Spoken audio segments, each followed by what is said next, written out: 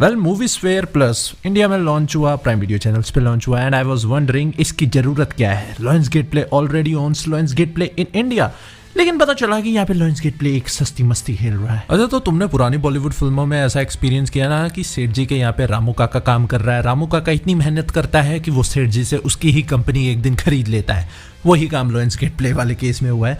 तो भैया Lionsgate play को जो मैनेज करता था इंडिया में अनूप जैन का भाई रोहित जैन, ठीक है। रोहित जैन पूरे एशिया में लायंसगेट प्ले के ब्रांड को मैनेज करता था, उसको एक्सपेंड करने का, फुल्ली इंडिपेंडेंटली कंट्रोल करने का पूरा फर्स्ट हैंड रोहित जैन भाई साहब के पास था। लेकिन ओनरशिप लायंसगेट प्ले की ऑब्वियसली लायंसगेट की थी। लायंसगेट प्ले लायंसगेट वालों का ओटीटी है, लेकिन अब लायंसगेट वालों ने लायंसगेट प्ले पूरा ओटीटी प्लेटफॉर्म रोहित जैन को बेच दिया है $30 मिलियन में। सही सुन रहे हो, मतलब एक पूरा ओटीटी बनाया लायंसगेट प्ले वालों ने और कहा कि भाई मजा नहीं आ रहा, बेच दिया अपने ही एम्प्लॉय को। मतलब जो बंदा काम कर रहा था लायंसगेट प्ले पे, उसे मैनेज कर रहा था, उसको बेच दिया कि भाई तू रख, तू मौज मस्ती कर इससे। तो वेल हाउ इट्स वर्किंग, सबसे पहले लायंसगेट प्ले की full 100% complete ownership Rohit Jain को चल गई है। भाई जो मर्जी करे, चाहे इसका नाम बदल ले, लेकिन नाम नहीं बदलेंगे क्योंकि लायंसगेट प्ले ने खुद ही लाइसेंस ले लिया है लायंसगेट वालों से कि ये जो नेम है लायंसगेट प्ले है, तो लायंसगेट एक कंपनी का नाम ना, लाइसेंसिंग लगती है तो ये यूज़ करेगा। लायंसगेट वाले लायंसगेट प्ले को यूज़ करने देंगे लायंसगेट नाम, ताकि भाई इस रीजन में, एशिया के रीजन में, इंडिया में लायंसगेट का डंका बजता रहे, क्योंकि मूवी स्फेयर से घंटा किसी को पता नहीं चल रहा कि ये लायंसगेट का ओटीटी है। और लायंसगेट का जितना भी कंटेंट है वो लायंसगेट वाले अपने पास वापस ले लेंगे। टेंशन मत लो, लायंसगेट प्ले खाली नहीं हो रहा। तुम यही सोच रहे हो ना लायंसगेट प्ले से लायंसगेट ही हटा दोगे तो रह क्या गया, गेट, दरवाजे बंद है? नहीं, ऐसा नहीं है।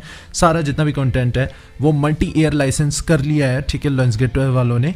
लायंसगेट प्ले पे जो पहले कंटेंट था वही रहेगा लायंसगेट प्ले वाले, लेकिन अब लाइसेंस कर रहे हैं। पहले उनकी ओनरशिप थी इसलिए वो कंटेंट प्रोवाइड कर रहे थे, उनको प्रॉफिट लॉस सब लेने लग पड़ रहे थे।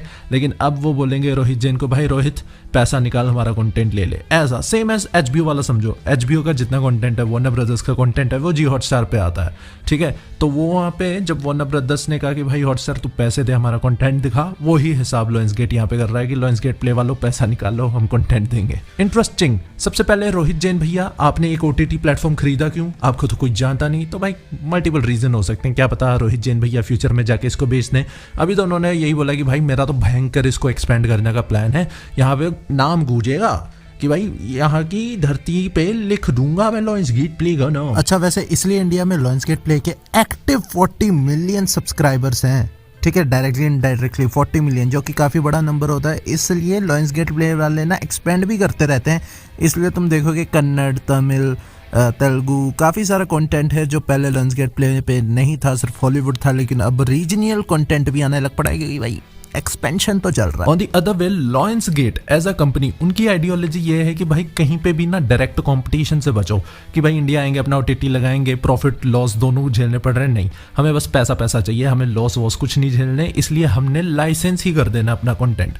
उनकी सारी स्ट्रेटेजी यही है कि भाई इंडिया जैसे मार्केट में जहाँ पे बहुत ज़्यादा कॉम्पिटिशन है, ठीक है, hyper sensitive, price sensitive market है, यहाँ पे लोग पैसे नहीं दे रहे हैं, यहाँ पे हम आ ही नहीं रहे, बस हमारा कंटेंट लाइसेंस हो जाए किसी तरह, वो भी अपने ही बंदे को हो रहा है, मतलब घर का बिजनेस घर के ही बंदे को जा रहा है, यहीं पे लाइसेंस कर देते हैं। तो उनका सिंपल ये है कि भाई हमें पैसे चाहिए, तेरी और किसी बकवास से कोई मतलब नहीं। एंड देखा जाए अब्रॉड में जितनी भी कंपनीज है ना, उनकी यही स्ट्रेटेजी रही है कि इंडिया में भाई लाइसेंस कर दो, यहाँ पे डायरेक्टली मत आओ।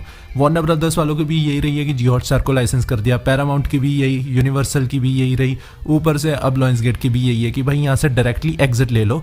ये एग्जिट लेना ही है, लायंसगेट प्ले ने इंडियन मार्केट एग्जिट ले लिया, वो बस अपना कंटेंट लाइसेंस करेंगे, एक अलग ये भी चीज़ है। और एग्जिट कितने में लिया? बस $30 मिलियन में। तो तुम समझ पा रहे हो इंडियन मार्केट की क्या वैल्यू है, झाटू कोई वैल्यू नहीं है। इसलिए मूवी स्फेयर आया है, ठीक है, कि वही लायंसगेट प्ले के स्टैंड्स को और स्ट्रॉन्ग करने के लिए, उनकी पोजीशन को स्ट्रॉन्ग करने के लिए, कि भाई जिनको भी चाहिए हमारा कंटेंट वो पैसे दे के खरीद ले, हमसे डायरेक्टली खरीद ले। वो अमेजोन चैनल पे आ गया उसके थ्रू, ठीक है, अमेजोन वाले थोड़ा कमीशन खा ले, एंड दूसरी तरफ लायंसगेट प्ले को वो अपने लाइसेंस भी करते रहे कंटेंट। तो भाई अच्छी स्ट्रेटेजी है for a company like Lionsgate. छोटी सी कंपनी है, पैसा भी आता रहेगा, मौज मस्ती भी आती रहेगी। सेकेंडली, ये जो अपने रोहित जैन भाई साहब है, इनके पास पहले भी डिपेंडेंसी 100% थी। ये स्टार्स की ब्रांडिंग पे लायंसगेट प्ले चल रहा था। अब शायद वैसे आप लायंसगेट प्ले की ब्रांडिंग में ना चेंज देख सकते हो, शायद ये सेम वाली यूज ना करें, रीब्रांड जिसे बोलते हैं। बट एनीवेज, आपका क्या ओपिनियन है हमें कमेंट्स में जरूर बताएं। बाकी अभी HBO के रिगार्डिंग एक इंटरेस्टिंग अपडेट है उसको हम कल कवर करेंगे। बाकी चैनल को सब्सक्राइब कर लो ऐसे और इंटरेस्टिंग कंटेंट के लिए।